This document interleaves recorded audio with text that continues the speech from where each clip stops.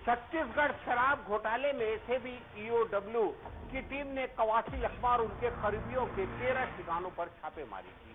शनिवार को रायपुर, दंतेवाड़ा, सुकमा, जगदलपुर और अंबिकापुर में दबिश देकर दस्तावेज, मोबाइल, इलेक्ट्रॉनिक उपकरण, कई बैंक अकाउंट और जमीनों में निवेश से संबंधित दस्तावेज और 19 लाख रुपए कैश बरामद किए गए। रायपुर में कांग्रेस नेता जी नागेश और ठेकेदार कमलेश नाहटा के घर टीम ने सुबह दबिश दी थी।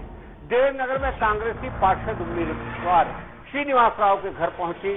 श्रीनिवास के साथ उनके भाई जी नागेश रहते हैं। नागेश कवासी के करीबी माने जाते हैं। वहीं शराब घोटाले में ईओडब्ल्यू को आबकारी विभाग के 30 अधिकारियों के खिलाफ कार्रवाई की अनुमति मिल गई है। पर सबसे बड़ा सवाल ये है, सूत्र ये कहते हैं कि पूरा सिंडिकेट चलाने का आरोप टूटेजा ढेबर त्रिपाठी पर लगा है। वहीं सरकारी एजेंसियां भी कुछ इसी तरफ इशारा करती है। तो क्या ये सभी बड़े बड़े अधिकारी, ठेकेदार, व्यापारी इन तीनों को मार्गत काम करते थे? ये एक बहुत बड़ा सवाल सभी लोगों के दिमाग में कौंध रहा है। देखिए ये रिपोर्ट।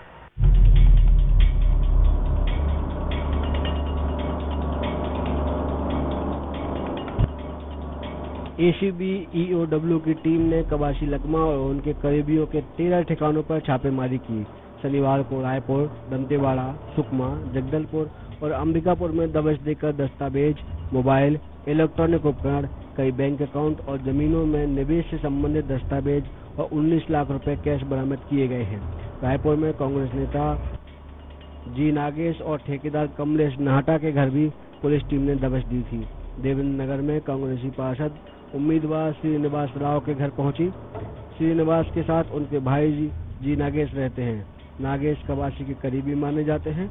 वहीं इस शराब घोटाले मामले में ईओडब्ल्यू को आबकारी विभाग के 30 अधिकारियों के खिलाफ कार्रवाई की अनुमति मिल गई है।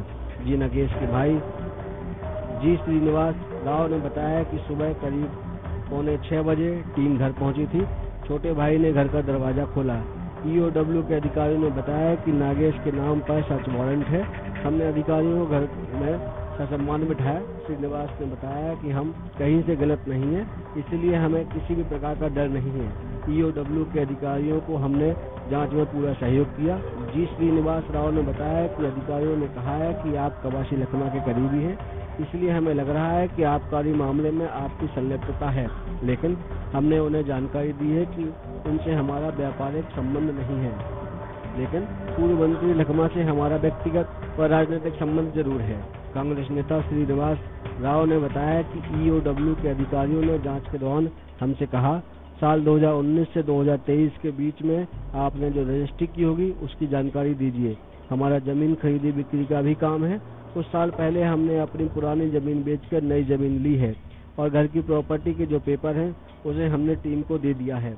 श्रीनिवास ने बताया कि छापे के दौरान टीम ने पूछा कि घर में किसी और कोई मेडिकल प्रॉब्लम तो नहीं है, अगर है तो आप दवाई ले लीजिए या इमरजेंसी जैसी स्थिति हो तो बताएं। घर के सभी मेंबर्स के मोबाइल को अलग जगह रखवा दिया गया। जी श्रीनिवास ने कहा है कि कार्रवाई के दौरान हमने टीम का सहयोग किया, हम गलत नहीं है तो हमें किसी प्रकार का डर नहीं है। कवासी लखमा के पैसों को इन्वेस्ट करने के सवाल पर श्रीनिवास ने कहा, सांच को आंच नहीं है, ये सारी बातें हवाई हैं, हम गलत नहीं है, इसलिए हमें डर भी नहीं है। शराब घोटाले में फंसे आबकारी विभाग के 30 अधिकारियों के खिलाफ शासन से ईओडब्ल्यू को कार्रवाई की अनुमति मिल गई है।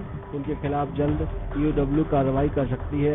इनमें तत्कालीन सहायक जिला आबकारी अधिकारी जनार्दन कौरव, अनिमेश नेताम, उपायुक्त विजय सेन शर्मा, उपायुक्त अरविंद पाटले, प्रमोद नेताम, रामकृष्ण मिश्रा, इकबाल खान, नितिन खंडूजा, नवीन प्रताप सिंह तोमर के नाम शामिल हैं। इसके अलावा मंजू केसर, सौरभ बख्शी, दिनकर वासनिक, अशोक सिंह, मोहित जायसवाल, नीतू नोतानी, रवीश तिवारी, गरीब पाल दर्दी, नोहर सिंह ठाकुर, जिला आबकारी अधिकारी समेत अन्य अधिकारी शामिल हैं।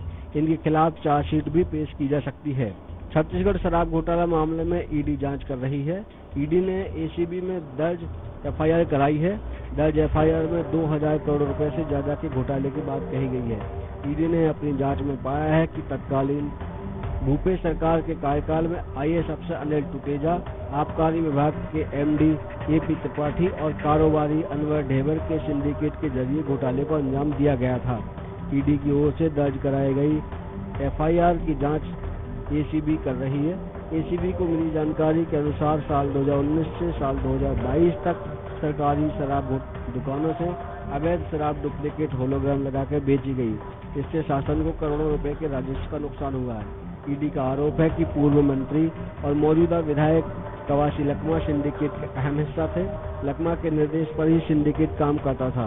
इनसे शराब सिंडिकेट को मदद मिलती थी। वही शराब नीति बदलने में महत्वपूर्ण भूमिका निभाई गई, जिससे छत्तीसगढ़ में FL10 लाइसेंस की शुरुआत हुई। वहीं ईडी का दावा है कि लकमा को आबकारी विभाग में हो रही गड़बड़ियों की जानकारी थी, लेकिन उन्होंने उसे रोकने के लिए कुछ नहीं किया। ईडी के वकील सौरभ पांडे ने बताया कि 3 साल शराब घोटाला चला। लकमा को हर महीने 2 करोड़ रुपए मिलते थे। इस दौरान 36 महीने में लकमा को 72 करोड़ रुपए मिले। ये राशि उनके बेटे हरीश कवासी के घर के निर्माण और कांग्रेस भवन सुकमा के निर्माण में लगाए गए।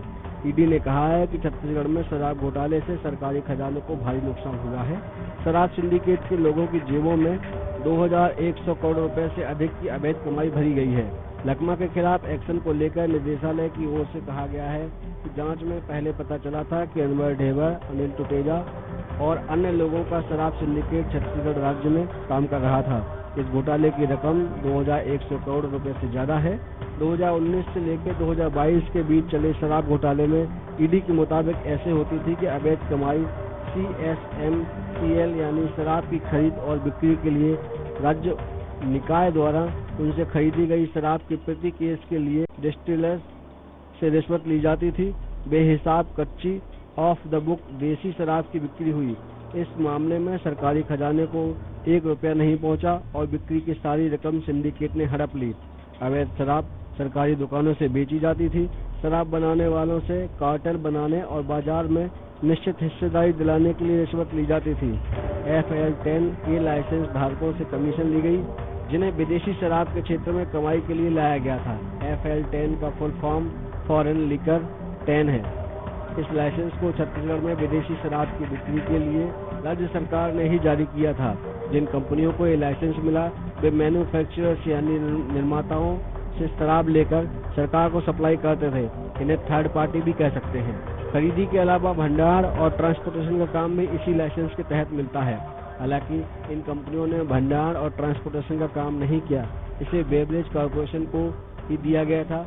इस लाइसेंस में भी A और B कैटेगरी के लाइसेंस धारक होते थे। FL10E इस कैटेगरी के लाइसेंस धारक देश के किसी भी राज्य के निर्माताओं से इंडियन मेड विदेशी शराब लेकर विभाग को बेच सकते थे। FL10B राज्य के शराब निर्माताओं से विदेशी ब्रांड की शराब लेकर विभाग को बेच सकते थे।